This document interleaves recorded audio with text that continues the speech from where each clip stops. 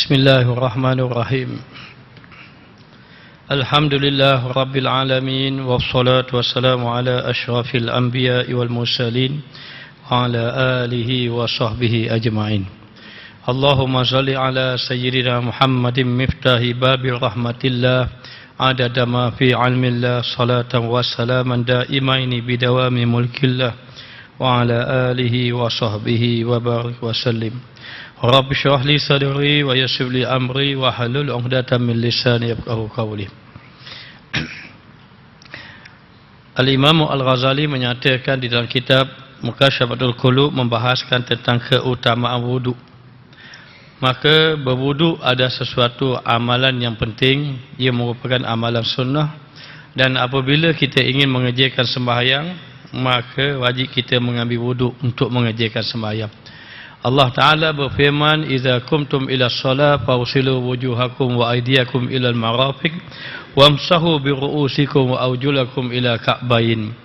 Apabila kamu ingin mengerjakan salat, maka hendaklah kamu basuh akan wajah kamu, dan kemudian basuhlah akan kedua tangan kamu hingga ke siku, dan sapulah kepala kamu, dan basuhlah kedua kaki kamu. Maka berdasarkan ayat ini, Al-Imam Al-Ghazali, Al-Imam Asy-Syafi'i meletakkan bahawa apabila kita mengambil wudu, hendaklah tertib mengikut urutan-urutan sebagaimana yang Allah Ta'ala sebut tadi. Yang Allah firmankan, basuhlah kamu akan wajah kamu, kedua tangan kamu, kepala kamu hendaklah kamu sapu, dan kaki. Maka tidak boleh orang itu mengambil wudu dibasuhnya tangan dahulu daripada muka contohnya. Maka menjadi satu itu tertib mengikut turutan.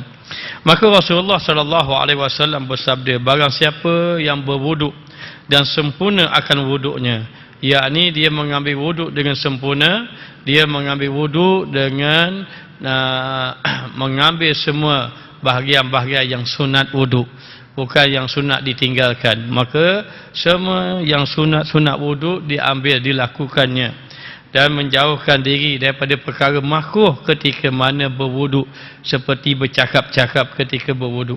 Bahkan kalau kita mengambil wuduk sekalipun, bila orang bagi salam, kita boleh jawab lepas kita habis wuduk. Lepas habis wuduk. Setengahnya melarang juga, ada pendapat melarang juga kalau azan jangan ambil wuduk, biar habis azan dulu baru mengambil wuduk. Kerana apa? Kerana nak kita sibuk dengan menjawab azan maknanya. Tapi tidak salah kalau diambil wuduk ketika azan, hanya yang afdalnya begitu. Lalu ketika mana orang ambil wuduk, dia tinggalkan perkara yang makruh, kemudian melebihi daripada had-had sunat. Kalaulah dia basuh tangan hingga ke siku, dia lebihkan pada siku sampai kepada lengan.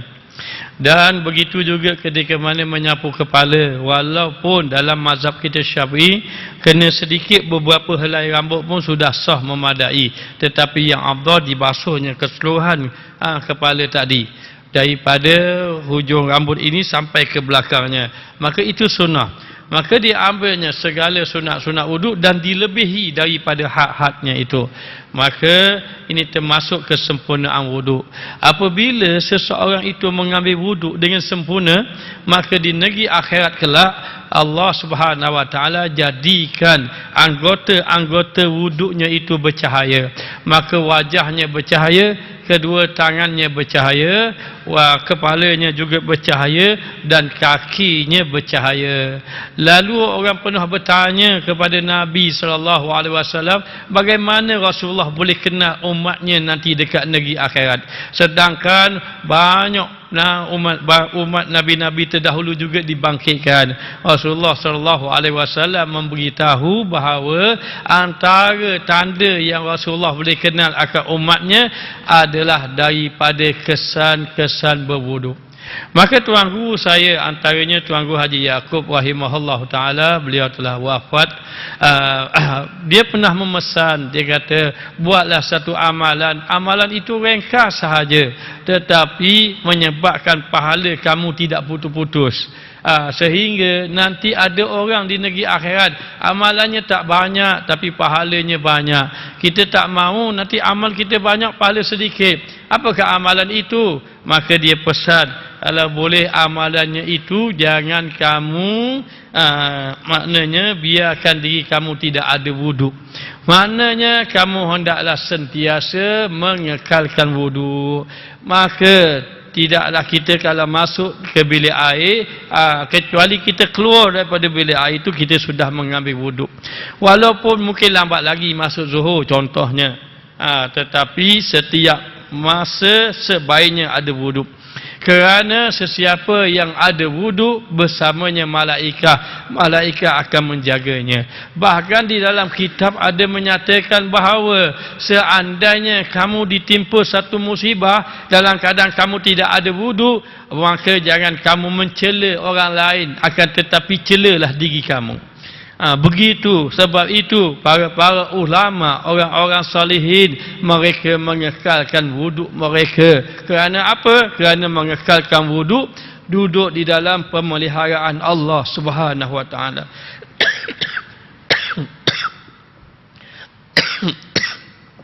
Lalu dikatakan bahawa barang siapa, dalam satu hadis, barang siapa berwuduk dan dia mengambil wuduk dengan sempurna, kemudian dia sembahyang 2 rakaat, yakni sembahyang sunat wuduk.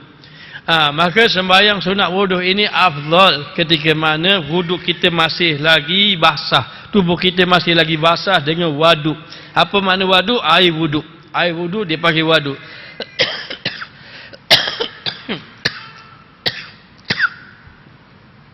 Jadi apabila kita ada air sembahyang, kita terus sembahyang 2 rakaat, itu sunnah. Sunat kita sembahyang sunat wuduk.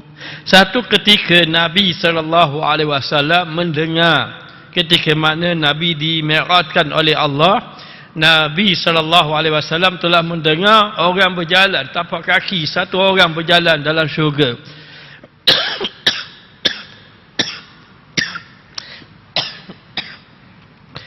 Lalu baginda bertanya kepada malaikat, itu siapa yang berjalan, itu tapak kaki siapa?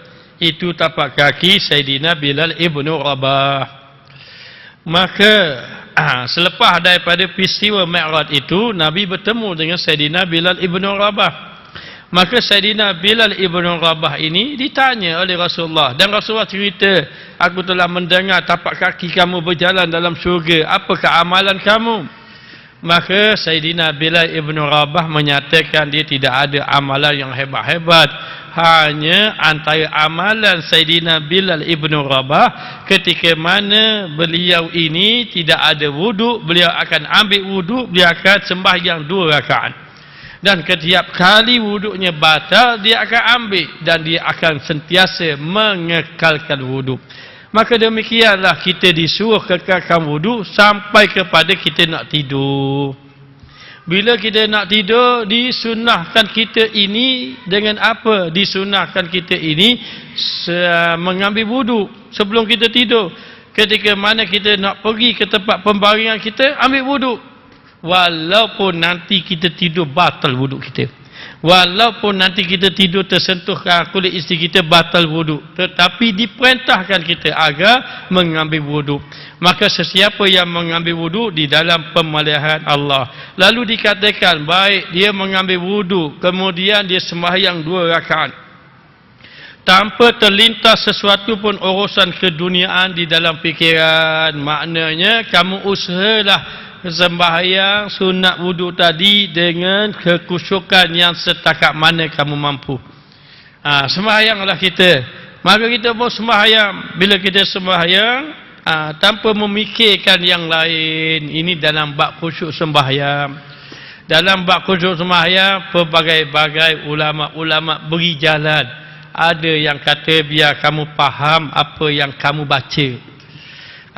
Maknanya ada kata kamu terjemahkanlah apa yang kamu baca. Subhana rabbiyal a'la wa bihamdi, maha suci engkau yang maha tinggi dengan segala pujiannya. Sami Allahu liman hamidah, Allah Ta'ala mendengar orang yang memujinya. Maka diterjemahkan belaka. Itu ada jalan ulama-ulama menunjukkan jalan untuk khusyuk, supaya yang paling penting tak teringat hak kita ni, kerja kita ke, kereta kita ke, apa-apa tak ingat.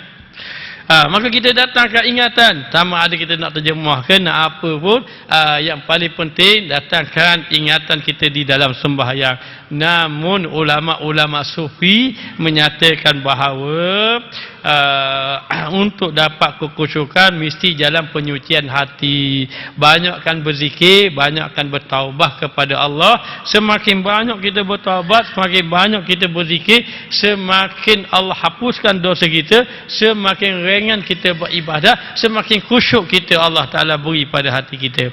Baik, lalu dikatakan ketika mana kamu sembahyang itu, maka keluarlah daripada dosa-dosa sembahyang kamu dengan ambil wuduk sembahyang 2 rakaat. Sembahyang sunat wuduk itu Rasulullah sallallahu alaihi wasallam mengatakan menyebabkan keluar daripada dosa-dosa seperti ketika ia dilahirkan daripada perut ibunya. Maka begitulah amalan. Kalau tak mampu juga lepas ambil wuduk sembahyang, ambil wuduk tu kena ada, kekalkan wuduk. Bila kita kekalkan wuduk, bermakna kita di dalam pemeliharaan Allah Subhanahu wa taala. Baginda sallallahu alaihi wasallam pernah satu ketika Rasulullah tanya pada sahabat. Kadang-kadang sahabat tanya Rasulullah, kadang-kadang Rasulullah tanya sahabat. Kalau Rasulullah tanya sahabat tu, Rasulullah nak bagi ilmu. Kalau sahabat tanya tu, sahabat nak tahu ilmu yang dia tak tahu. Lalulah Rasulullah tanya, wahai sahabatku sekalian, maukah aku tunjuk pada kamu perkara yang menghapuskan dosa-dosa kamu, menghapuskan dosa-dosa manusia dan meninggikan darjat di sisi Allah Ta'ala. Bukan sekadar hapus dosa, bahkan darjat itu ditinggikan oleh Allah Ta'ala. Sahabat mau, apa dia ya Rasulullah? Iaitu berwuduk dengan sempurna. Hendaklah kamu berwuduk dengan sempurna ketika mana malas nak mengerjakannya. Ya, contoh macam mana malas? Benar, ketika mana kita nak tidur, kita nak amalkan sebelum tidur ni, nak ambil wuduk, mari dia malas. Mari dia malas. Hari ni mungkin semangat, nak tidur ambil wuduk. Esok nak tidur ambil wuduk. Kena hari ketiga, hari keempat, kelima jadi malas je nak ambil wuduk. Rasa nyatuk terus tidur, tidak ambil wuduk. Maka ketika mana kamu ini malas nak mengerjakannya, kamu ambil wuduk. Ya, kamu nak ambil wuduk tapi mari malas. Lalu kamu lawan sifat malas tadi. Kamu pun pergi mengambil wuduk.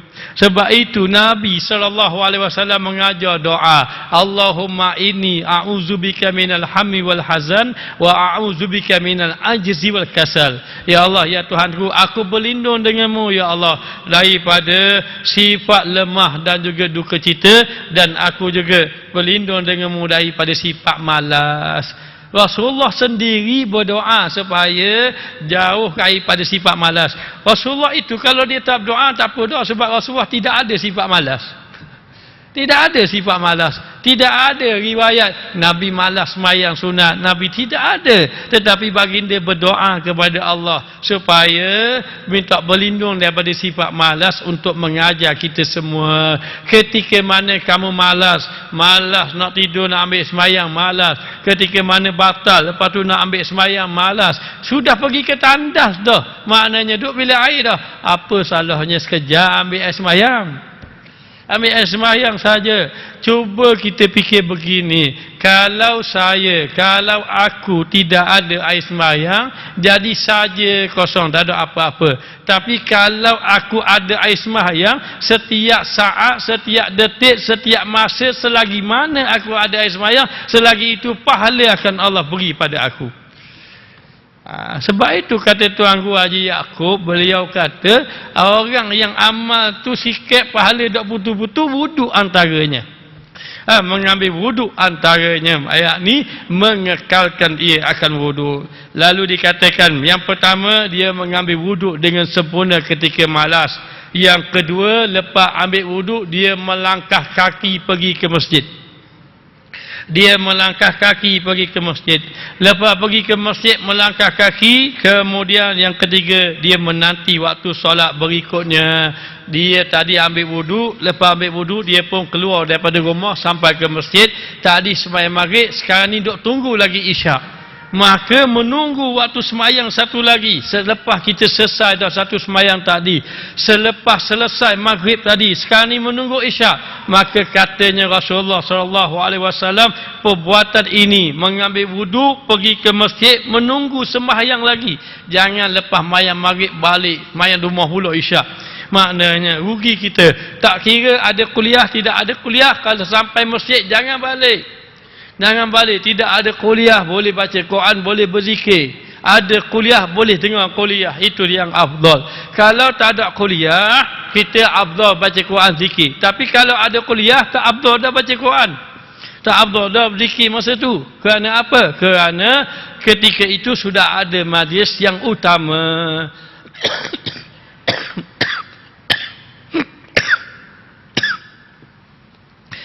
Mengenai perkara itu ada hadis. Satu ketika Nabi masuk dalam masjid, ada 3 kelompok. Satu kelompok baca Quran, satu kelompok berzikir, satu kelompok bahas majlis ilmu, buat majlis ilmu.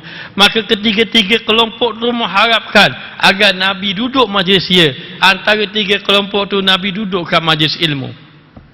Nabi duduk kat majlis ilmu. Maka demikian. Jadi kita jangan salah cara. Kadang-kadang orang kuliah kita ngaji pula belakang itu. Bagus kan tidak bagus, tetapi tidak menepati yang afdalnya. Baik.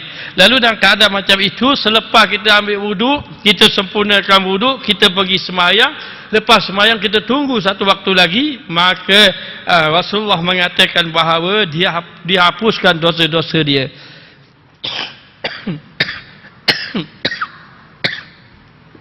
Dihapuskan akan dosanya dan dinaikkan darjat. Yang paling penting ambil wuduk. Satu ketika Nabi SAW mengambil wuduk. Baginda mengambil wuduk satu kali. Apa maksud satu kali? Dia basuh muka sekali je. Basuh muka sekali, kemudian basuh muka 2 kali, basuh tangan sekali, sapu kepala sekali, lepas tu sapu kaki sekali. Nabi tunjuk pada sahabat begitu. Lepas tu apa Rasulullah kata? Inilah wuduk yang menyebabkan Allah terima semayang. Kalau setakat ini semayang tidak sah dah. Kenapa berlaku begitu? Bukan Nabi malah nak basuh 3 kali, bukan.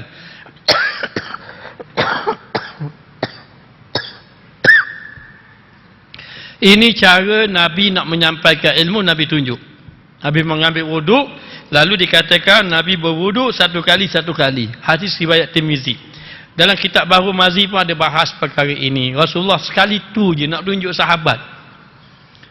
Lepas tu Nabi kata, kalau sekali, inilah wuduk yang Allah terima semayang.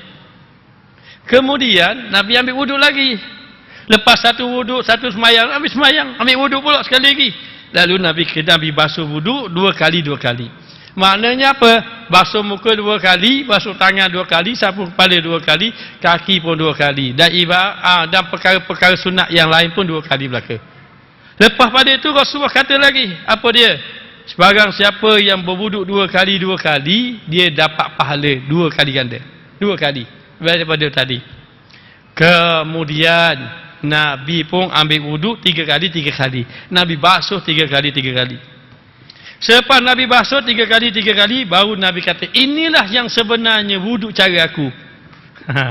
Maknanya, ini yang sebenarnya wuduk aku. Inilah wuduk aku. Dan wuduk ini adalah wuduk para Nabi sebelum aku. Dan wuduk kekasih Ar-Rahman. Inilah wuduk yang Allah Ta'ala kasih. Dan ini juga wuduk yang dilakukan oleh Nabi Ibrahim AS. Maknanya, nak ambil wuduk sekali sah. 2 kali pun sah. Tapi Nabi mengajar, Nabi kata inilah wuduk yang aku lakukan. Dan wuduk ini yang basuh semua 3 kali itu, maknanya adalah wuduk yang dilakukan oleh para Nabi terdahulu, para Rasul yang terdahulu. Jadi nak bagi tahu apa maksudnya, kalau mu rasa berat sangat nak ambil wuduk, paling kurang basuh sekali pun tak apa. Maknanya yang paling penting ambil wuduk, kekalkan berwuduk. Inilah yang diperintahkan. Maka Nabi SAW itulah sekali Nabi tunjuk. Kemudian tidak lagi yang lain. Biasa Nabi akan basuh 3 kali. Maka ambillah yang afdal, basuh muka 3 kali, basuh tangan 3 kali dan seumpamanya. Begitu juga ada riwayat Nabi pernah semayang lewat waktu. Nabi semayang subuh, habis semayang subuh terus habis waktu. Lepas tu Nabi tunggu, masuk zuhur, Nabi tak mayang lagi. Habis mayang zuhur, Nabi mayang tu, habis mayang terus masuk, terus habis waktu. Masuk asar, Nabi tak mayang lagi asar. Nabi tunggu, asar nak habis dah. Nabi pun mayang asar. Habis mayang asar, masuk tu lagi. Habis mayang maghrib, masuk maghrib, Nabi tak semayang lagi. Tunggu maghrib nak habis dah. Nabi semayang maghrib, masuk isyak. Esokkan itu nak isyak tu baru Nabi semayang isyak. Kenapa begitu? Itu malaikat Jibril suruh buat begitu. Jibril buat begitu. Kemarin awal, hari ni lewat. Lepas tu Rasulullah pun diberitahu oleh malaikat Jibril, ya Muhammad, aku nak beritahu kamu antara waktu masuk waktu dengan habis waktu. Tengok waktu kemarin waktu kemarin waktu hari ni yang semayang lewat. Jadi Nabi sembahyang lewat itu, lepas habis sembahyang zuhur terus asar, nak ajar kita waktu zuhur habis bila. Itu sahaja. Hadis riwayat Tirmizi. Tengok dalam hadis riwayat Tirmizi ada. Jangan baca hadis mayang lewat semua kita. Itu salah cara dia. Itu ilmu yang Nabi ajar. Maka demikianlah ketika mana Nabi ambil wudu, ada Nabi basuh sekali, ada Nabi basuh 2 kali dan Nabi basuh 3 kali. Inilah yang aku lakukan, katanya baginda sallallahu alaihi wasallam. Maka sabda Rasulullah sallallahu alaihi wasallam pula, barang siapa yang mengingati Allah ketika berwudu, jangan bercakap-cakap, jangan fikir yang lain, ambil wuduk. Sehingga Imam Ghazali ada ajar kita dalam kitab Bidayatul Hidayah dan telah dihuraikan oleh Syekh Nawawi Bantin di dalam kitab Muraqib Ubudiyah, mengatakan bahawa ketika mana berqamar, contohnya mohon kepada Allah Ta'ala agar Allah Ta'ala hapuskan dosa-dosa dengan sebab lidah dan qamar ini. Lepas tu basuh muka ni, mohon pada Allah, ya Allah, ya Tuhanku, cahayakanlah wajah aku ketika hari engkau gelapkan wajah-wajah manusia. Kemudian ketika mana basuh tangan belah kanan, minta Allahumma ati kitabi bi yamini, ya Allah, ya Tuhanku, kurniakan kitab amalan aku di negeri akhirat di sebelah kanan. Disuruhnya doa, satu-satu doa ketika mana basuh belah kiri, ya Allah, ya Tuhanku, janganlah kau beri surat amalan aku di belah kiri. Lepas pada tu sapu kepala, ya Allah, ya Tuhanku, haramkanlah rambut aku, kepala aku, jasad aku daripada azab api neraka. Basuh kaki pula, ketika basuh kaki, ya Allah, ya Tuhanku, maknanya tetapkanlah kaki aku ketika titian siratal mustaqim. Ketika mananya basuh kaki kanan, ketika masuk kaki kiri, ya Allah Tuhanku, aku berlindung daripadamu, daripada kakiku ini tergelincir ketika mana titian siratal mustaqim. Imam Ghazali ajar kita setiap kali basuh wudu minta doa kepada Allah Subhanahu wa taala. Supaya apa? Supaya ketika mana kita ambil wudu, kita dapat faham maknanya rahsia-rahsia di sebalik ambil wudu tadi. Kenapa kita ambil wudu, kita basuh muka, basuh tangan, basuh kepala, sapu kepala, kaki, bapa dak basuh perut, bapa dak basuh perut, dak basuh peti. Sebab apa? Sebab anggota wuduk yang kita basuh itu adalah anggota yang menyebabkan dosa. Jadi bila mana sahaja kita buat dosa, maka dosa ini bila kita basuh air wuduk, kita gugur bersama dengan dosa-dosa kita.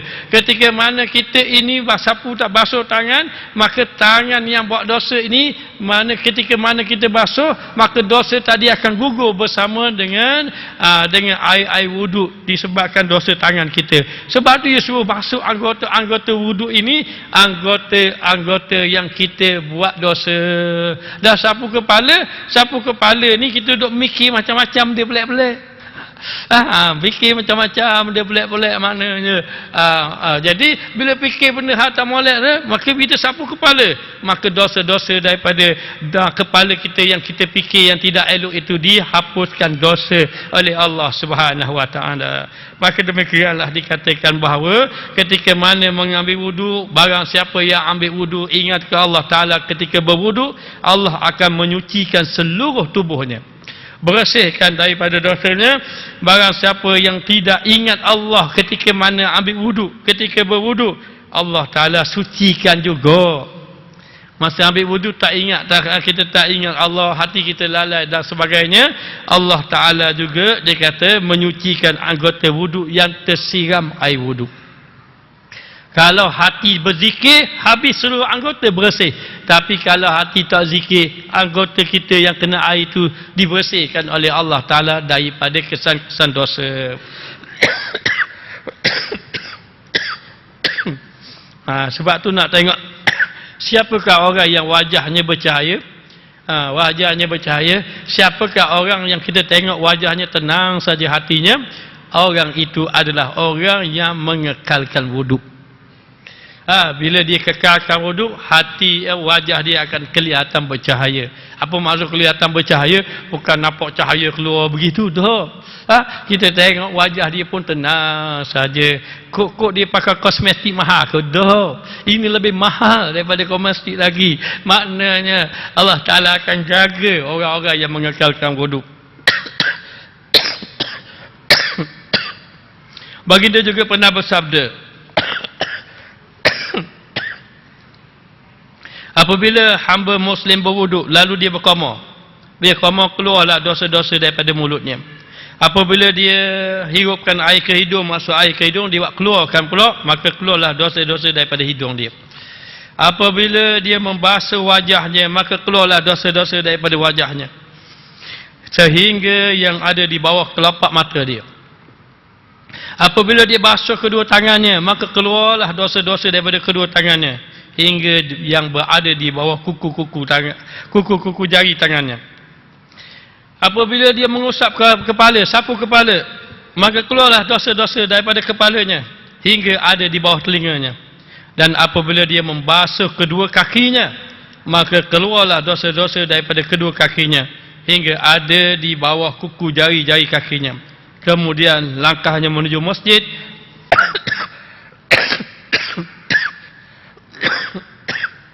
langkahnya menuju masjid dan solatnya merupakan ibadah sunnah baginya.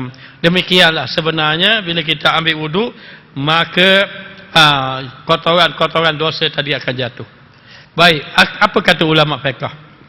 Ulama fiqh kata kalau basuhan wuduk kamu yang pertama, kamu taduh balik air yang kurang daripada 2 qalah, jadi air mustakmal. Air mustakmal tak boleh nak guna balik.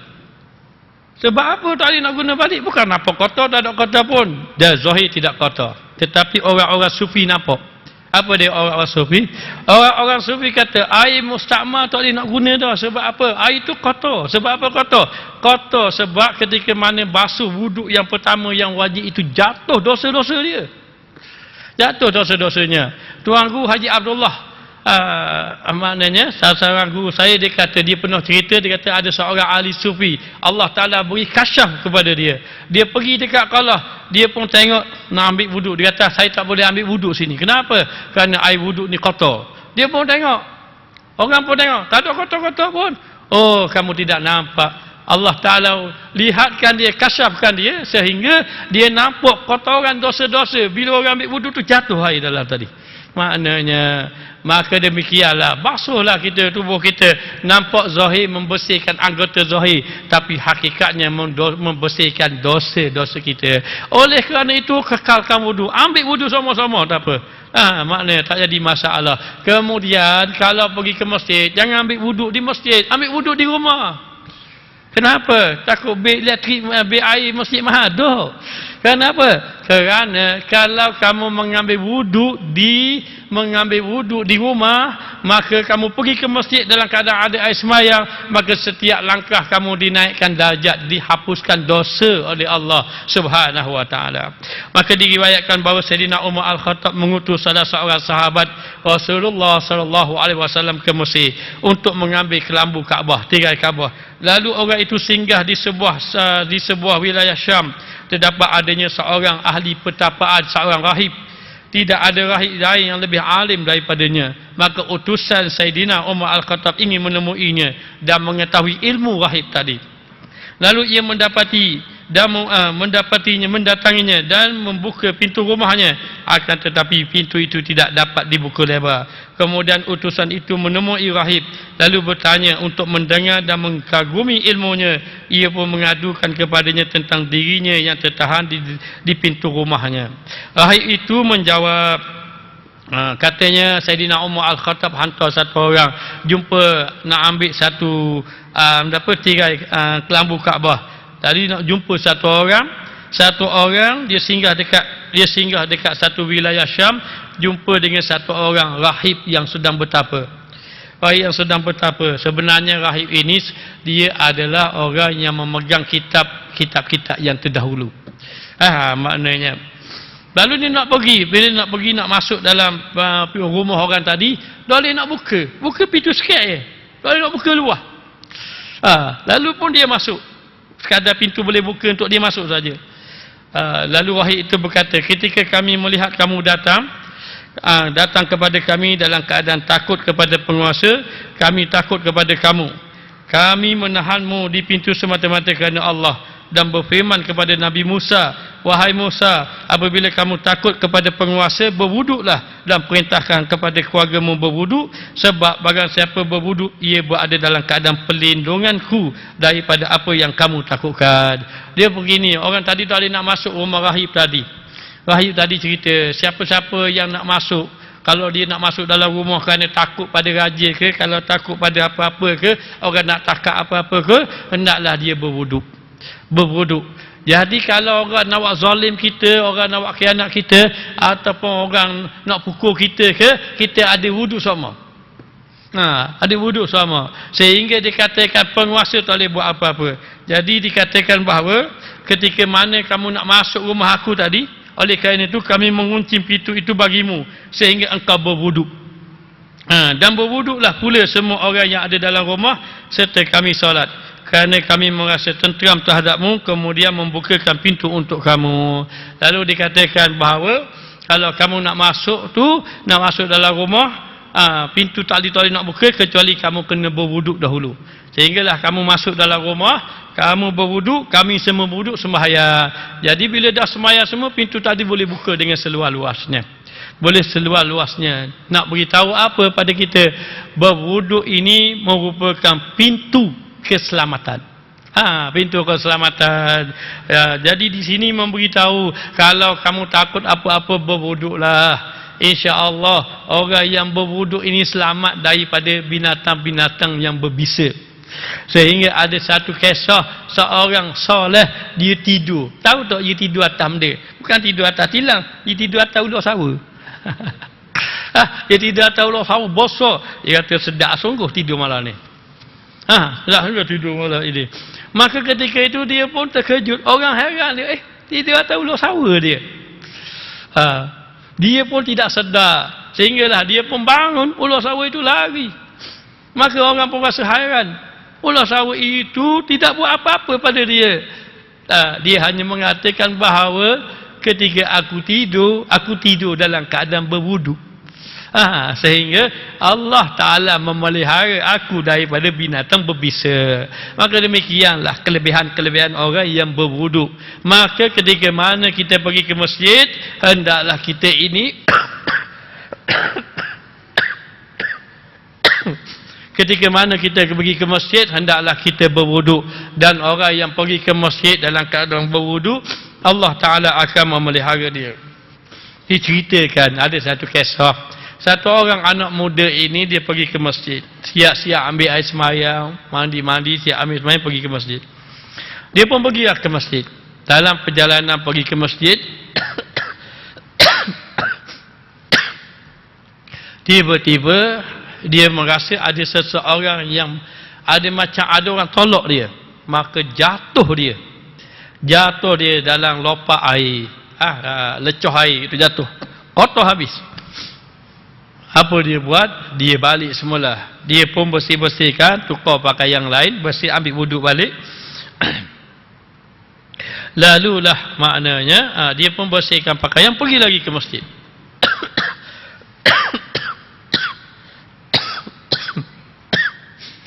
Jatuh kali kedua. Kali kedua orang tolak lagi, jatuh dia. Tapi tak tahu siapa tolak.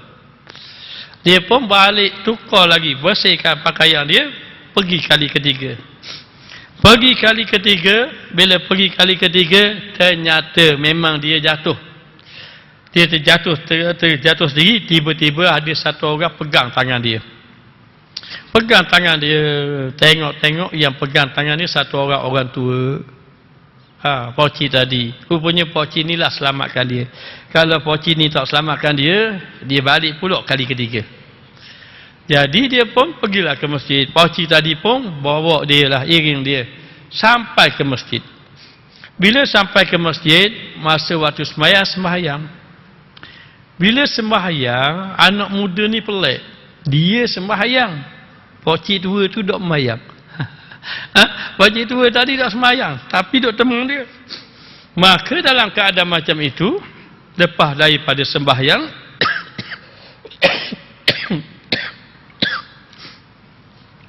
lepas daripada sembahyang, dia pun balik. Poci tadi pun iring dia. Dia tanya, poci nak tanya sikit poci ni. Saya rasa pelik ke poci? Apa poci dok sembahyang? Jadi teman-teman, kata poci tadi, wahai anak muda, mu tak kenal aku ni siapa? Dah poci ni siapa? Cuba bagi tahu. Kata poci tu, aku ni iblis. Kata.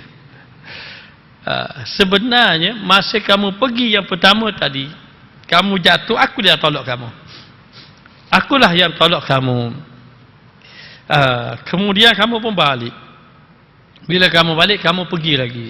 Bila kamu pergi lagi, Allah Ta'ala ampunkan dosa kamu. Kemudian jatuh pula yang kedua.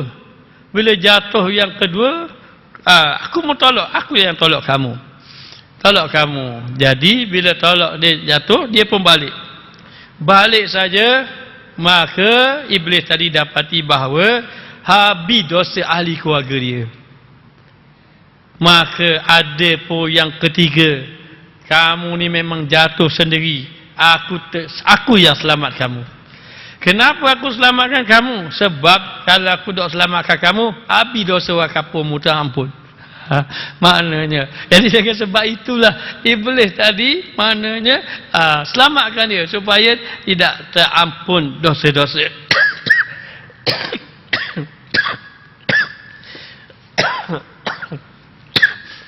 Dosa-dosa orang kampung dia. Maka demikianlah dikatakan bahawa apabila seseorang itu duduk di rumah, lalu dia mengambil wuduk dengan sempurnanya, sudah mengambil wuduk dengan sempurnanya, membersihkan pakaian dia, lalu pergi pakai pakaian yang indah, pergi ke masjid, maka setiap masjid, setiap langkah dia dinaikkan darjat oleh Allah Subhanahu Wa Taala dan dihapuskan akan dosa dia. Bagaimana kalau dia ini tidak ada dosa ataupun dosa amalan dia itu, dia ini dinaikkan darjat, dihapuskan dosa. Darjat sudah naik, dosa dihapuskan. Lalu dia ini orang soleh, dosanya tidak ada.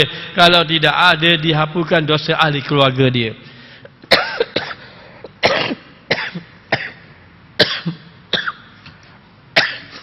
Maka kalau tidak, kalaulah dia selalu amalnya banyak, maka dikatakan bahawa akan terhapuslah dosa-dosa orang-orang yang ada kelilingnya.